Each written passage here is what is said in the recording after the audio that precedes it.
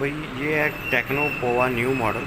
और इसमें एक मसला आता है कि इसकी जो सी आवाज़ है ना वो बिल्कुल कम हो जाती है। स्पीकर की आवाज़ जो सा ये नीचे लगा हुआ है, नीचे वाली साइड पे ना। तो अगर आप देखेंगे तो ये मैंने फ़ोन को ऑन किया है और इसकी आवाज़ भी चेक कर लेते हैं कि कितना साउंड आता है यहाँ पे।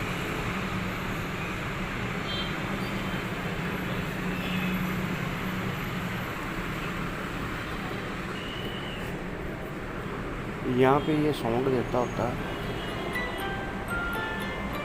ये बिल्कुल थोड़ा सा साउंड आया ये नोकिया के बाद। अब इसका हल क्या है उसके बारे में भी आपको मैं बताता हूँ। सबसे पहले तो आप फ़ोन को ऑन कर लें। ये एक छोटी सी वीडियो होने वाली है डेमो के तौर पे। अगर आपकी साउंड का कोई प्रॉब्लम बन जाए, आपके फ़ोन में आवाज़ कम आ रही है स्पीकर की, ये नीचे वाले स्पीकर की जिसको रिंगर बोला जाता है, तो आप